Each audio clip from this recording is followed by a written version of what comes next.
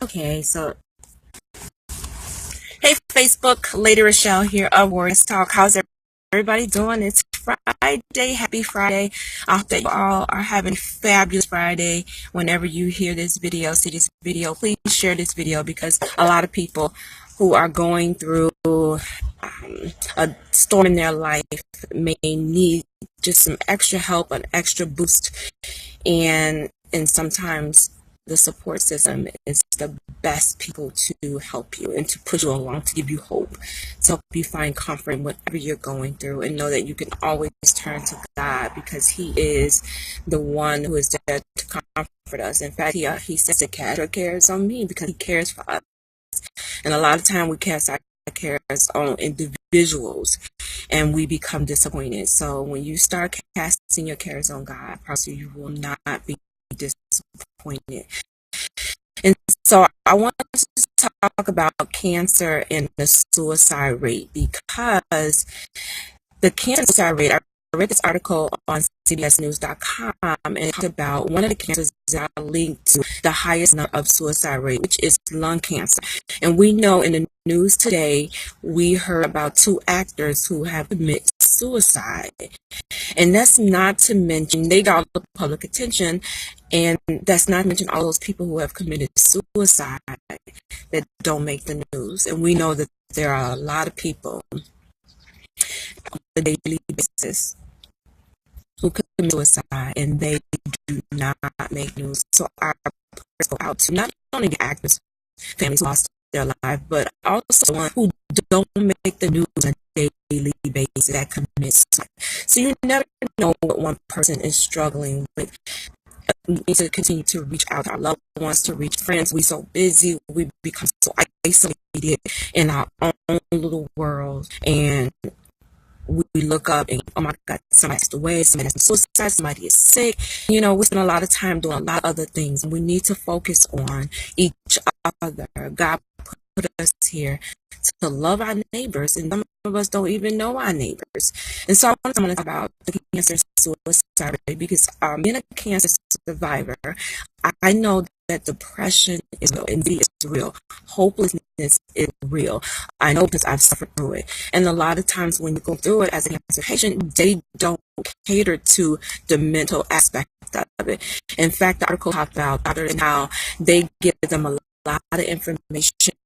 Their exams cover the physical aspect of cancer, but do not get in depth on the mental of someone dealing with cancer. They just focus on the physical part because that's what they're there to treat. They're there to treat the physical body, not the mind. You go to a specialist, a counselor, when you want the mind. So we have to get that in our mind. If we have to go to the doctor when something is wrong with us physically, when something's wrong with you mentally, you need to seek out help. You need to seek out help. And a lot of times we're afraid to seek out help because it's so taboo, especially in the African American community. It's so taboo. A lot of people tell you to pray, pray, pray. It's okay to pray. It's okay to have faith, but faith without resistance. So when you pray, then you have to take action. You have to do something about it. So I'm encouraging you all to check up on your family members. Check on them, find out what's going on with them. If they're not acting their normal self, check up on them, help them to get help. We have to make sure that we are accountable for the ones that we love. And so when it comes to cancer and suicide rate, when you get a cancer diagnosis, the first thing that pops into many of our heads is, I'm going to die. Because one thing that we have associated with cancer in the past is death. I know that is so true for me. When you hear that, they call it the big C. When you hear the big C, you know death is following it. Well, the big C is Christ. And yes, He died. He died, but what He do? He rose again. So we have to remember that. Thank you, Katie. I appreciate that. So we have to remember that Christ rose, and He didn't rise for us to give up hope, and He didn't rise for us to be depressed and have anxiety. And He died so that we could be free, and so that we can live and we can trust and depend on Him. And so we need to do that and also depend on each other. We need to depend on each other. Your support system is so important when it comes to any type of disease, whether it's cancer, whether it's heart disease, whether you have a stroke, whether it's sickle cell, whether it's MS, whatever, lupus, whatever type of disease that you are suffering with, you're going to need a support system around you, because the mental aspect of it is going to come into play. And when it does, it is not a pretty picture. It's not a pretty picture. And we like to, on the outside, we like to dress up and put on makeup and clothes and do our hair. And yeah, we look so pretty on the outside. And then the inside, our insides are screaming for help. But nobody can hear us, because some of us are dying in silence. And you don't have to die in silence. You don't have to die alone. You can reach out. Don't be afraid to reach out. You're not going to look weak. You're not going to look vulnerable just because you're asking for help, just because you need someone to talk to. These diagnoses are no joke. It takes over your entire body. When you're going through a cancer diagnosis, your whole world is changing. Your whole world is shook upside down. Everything is about to go down. You're losing body parts, you're losing hair, you're losing time because you're focused on treatment. And a lot of times when you're going through a cancer diagnosis or any type of illness, you're focusing on getting well. And a lot of times we leave out the mental aspect of it. We don't ask them, how you doing mentally? We always ask how they doing physically. And then the mental aspect of it gets pushed to the behind. Hello, Lamont. Thank you for tuning in. I'm talking about cancer and suicide. And so the cancer patients, they're under a lot of stress from treatment. The doctors are not concentrating on the mental aspect of it. When you come in for appointments, they're bringing you in, they're weighing you, they're taking your blood pressure, and they're asking you all these questions about your physical aspect. The mental part does not get addressed. Now, I can say, for my general doctor, not my oncologist. My general doctor did ask me a bunch of questions about my well-being. How was I doing? And if she needed to put me on some type of medicine. And I'm like, no. And then once I was done with my cancer treatment, my oncologist started to talk to me about everything that was going on in my mind. She gave me a prescription to see a psychiatrist, psychologist, whichever. And I did not go and see them because I have a support system around me. I have a support system around me that keeps me focused. Now, if I got to the point to where I felt depressed, and I know what that feels like because I've been depressed after I had my last baby girl, who is 6 years old. I went through a bout of depression right after I had her for about 3 months. So I know what that feels like, to be depressed and not want to get up in the morning, and you feel like all hope is lost, and you put on this front for people, but in the back of your mind, you just wishing that one day it will just all end. And then that's a bad place to be. It's such a bad place to be. And I have to think about my girls, and I think about suicide. I think about my children, and I think about the impact that it would have on my babies if I was to take my life. I have 5 children. My youngest is 6, and my oldest is 24. And I think about them. I think about, if I was to take my life, what is the impact it's going to have on them? I don't want to give them the okay that it's okay to give up and to take life. And I don't want to say anything negative about those who have taken their life, because I wasn't in their position to, when they were making the decision to take their lives. That's a serious decision. And I just pray, it is my prayer, that if anybody that is listening to this or will listen to this, that is in that situation to where they feel like they want to take their life, stop and reach out to somebody else. Reach out to somebody else to get help. Thank you for sharing. My grandmother is a cancer PT, endometrium. The depression is real. Oh, wow. Hey, Eric, it is. Depression is so real. People don't realize that. It is so real. I mean, any type of cancer that you're dealing with, and I really want to say any type of disease, because there are some people who have had strokes. There are some people who have had heart attacks, and people who are dealing with high blood pressure, thinking that you have to take this medicine for the rest of your life. You get depressed. I have a daughter that's 11. She was diagnosed with type 1 diabetes. and she has to, which means her pancreas is not working. So every single time she has to eat, she has to count carbs, and she has to take insulin for those carbs that she's taking. And she says, Ma, this makes me depressed, thinking that I have to do this for the rest of my life. And that if I don't take the insulin, it's not like type 2. Type 2, if you don't take your insulin, you're not going to go into a coma, you're not going to die, you may get a little sick and have to go to the hospital and they deal with things. But if you're a type 1 diabetic and you don't take your insulin, you're going to go into a coma and you're going to die. So, being 11 years old and wanting to play with your friends, and you're at a party, you don't have to stop and take medicine, and they're like, what are you doing? You don't want everybody knowing your business. And so I have to constantly stay on her to make sure that she does not get depressed. And if she gets depressed, I have to make sure that I'm there to reinforce that there is hope. And that just because she's dealing with this, that doesn't mean that all hope's lost, that she can live with this chronic disease that she has. And so we have to make sure that we're there for the people in our lives. We go through anxiety, we go through pressure, we go through hopelessness, and we also go through family members and friends telling us about other people who've had this disease and what their outcomes was. And that can be depressing as well. So you have to make sure that you are surrounding yourself with positive people who are pouring positive stuff into you. Because a lot of times we have these people in our circle that are depressing us. They're draining us. I'm sorry, cervical cancer. And behind any cancer diagnosis, you are going to get depressed. And I'm not saying you're going to stay there, but it's going to affect your mental. And sometimes you don't realize it when you're going through it until you're done with treatment.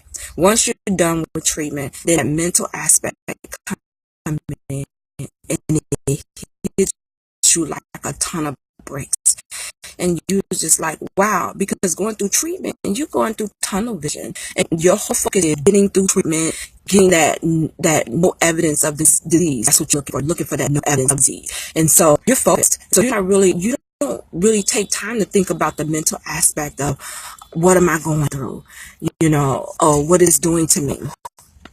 Once you start taking a look at your body, just your body alone, the scars that you have. Some people lose their hair, and sometimes the hair don't always come all the way back. So you have these bald spots that remind you of when you took chemo. And you have neuropathy. I have neuropathy. Neuropathy is when the blood in your body, it flows and it actually restricts. So that means it's almost like arthritis, but it's not. So whatever body part that it is affecting, you can't move it. So some people get it in their hands, some people get it in their feet. I get it in my feet to where my feet will just tighten up and it won't move. And I cannot move it until it passes through, until that blood is able to flow freely. It's not a good situation. Thank God that it has not paralyzed me to the point to where I'm not able to work or anything like that. I just keep pushing through. And I thank God for preserving me. I thank God for restoring me. And I just thank him for using me as an example to just show, if it's just one person, that you can make it. Yes, you're going to get depressed. Don't stay in that depression. Go out and do something for yourself. Reach out and have some fun. Reach out to someone who went to school to help other people. Get through times like this. Yes, nerve damage, color change, radiation. Been through the color change.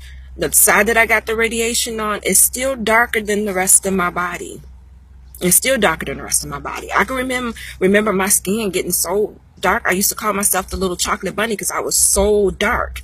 And my doctor would just say, it's cosmetics. It'll come back. Yeah, but I mean, what I'm going through it right now, seeing your body go through those major changes is depressing enough, especially when you know how beautiful you are. I wanted to say how beautiful you were, but beauty is skin deep. But we know that everybody looks on the outside.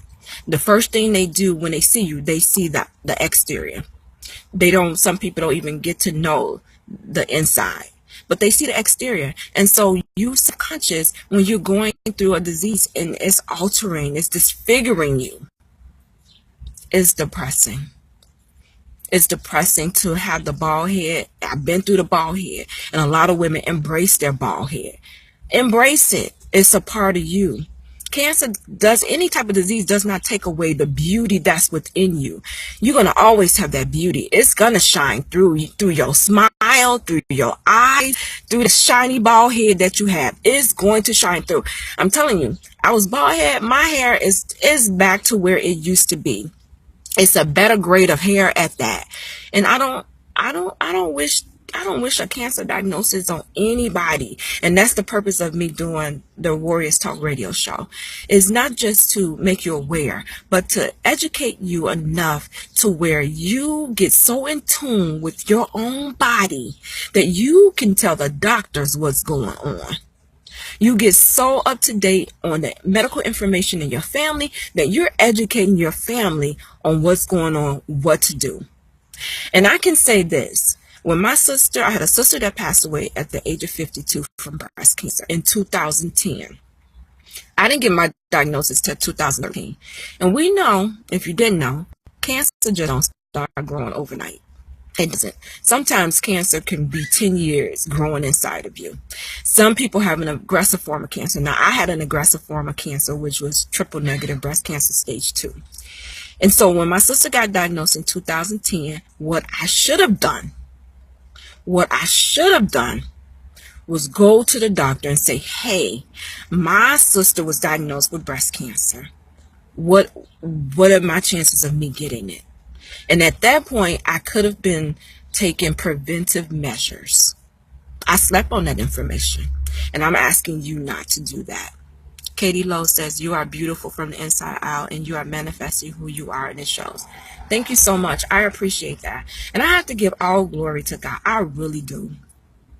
I really do. Because I would not be here if it wasn't for him just pushing me. And if it wasn't for him instilling in me and letting me know that just because you have this storm, it didn't come to kill you.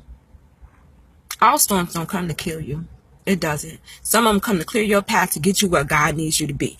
And I can testify that I was not where God needed me to be. And he tried to get my attention on numerous occasions. And I always call it the pebble, the rock, and the boulder effect, when he was trying to get my attention. And he could not get my attention because I was so busy and engulfed in life. And I'm trying to tell you, we be so busy in life that we don't take time to live. We're so busy living to die instead of dying to live. Die to live. Instead of living to die, we waiting to die. Yes, get your insurance policies and get life insurance. Get all of that together, because we're supposed to do that. Just like you have car insurance on your car, just like you have medical insurance, you got to have life insurance. Yeah, get all of that together. But live while you're here. Travel. Enjoy life. Cut out the stress, the unnecessary stressors. Sometimes the things that we go through in life is a direct cause of what we've done. Excuse me. It's a direct cause of the things that we've done. And then we're suffering. We said, oh God, please remove this. God, please, I won't do this again. And we're trying to bargain with him on stuff that we've caused. And I know that I've caused some stuff in my life. And I know that by the grace of God that I'm here. And this is my year 5. You know, in the cancer world, they don't consider you a survivor until you get to year 5, until you're in year 5. So my year 5 begins this year, which is November, which is when I found my lump. So from the day that you find your cancer, you are considered a survivor. The day you find that cancer, they consider you a survivor because you found cancer. So November 2013 was the day that I found my lump. So I'm entering my year 5. But God gave me my healing way before year 5. So I'm grateful for that. So for those of you who are going through any type of illness, especially cancer, they said the CBS News article talked about lung cancer being the #1 cancer that's linked to suicide. The #1 cancer. In fact, they said they did a study with cancer patients and the general population. Cancer patients had a 60% chance of committing suicide than the general population. This suicide thing is real. Cancer is not a death sentence. It doesn't have to be. It does not have to be. You can live with cancer. Get your treatment, whatever treatment you decide to get. I'm not recommending whatever treatment. Whatever God placed on your heart to do, do that. Do that. Do it faithfully. And your outcome can be what God wants it to be. Start asking God for his will to be done in your life.